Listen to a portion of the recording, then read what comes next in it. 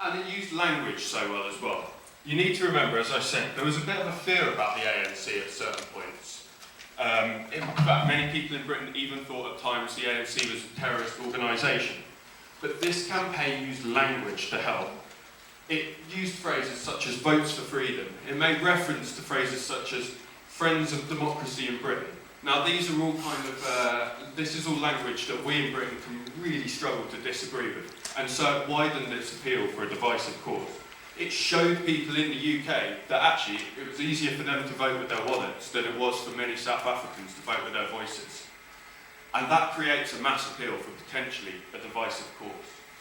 And not only was this language well used, not only were these tangibles simple, but they were integrated across a campaign. This was a campaign with volunteer fundraisers, with telephone fundraisers recruiting regular donors. It had major donor receptions, it had press conferences that used Nelson Mandela not only to raise more money, but to change perceptions of the ANC. And yet they all carried the same message: giving money is a vote for freedom. And I think that vote for freedom really, really sticks with me. It's a bit like, recent campaigns such as Make Poverty History. People can interpret it as they want to interpret it. And so again, it widens its appeal across channels.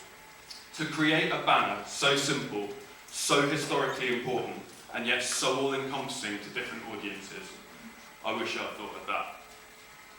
So I said at the start, I got into fundraising to affect change. And to be honest, I've put my hand up for this because I like the sound of my own voice. I like my own opinion. But I'm not a politician. I'm not Nelson Mandela who's going to be the front of this change. And that's the beauty of fundraising.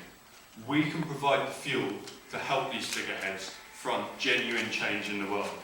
And that's what this campaign did. Its 1 million target, it doubled it. It changed minds about the ANC around the world. It changed the face of professional political fundraising. It was a victory not just for fundraising, but for democracy as well, something that was so smartly intertwined in all the campaign's messaging. And I think, as I'm sure you'll know, the rest for the ANC in South Africa was pretty much history from there on in.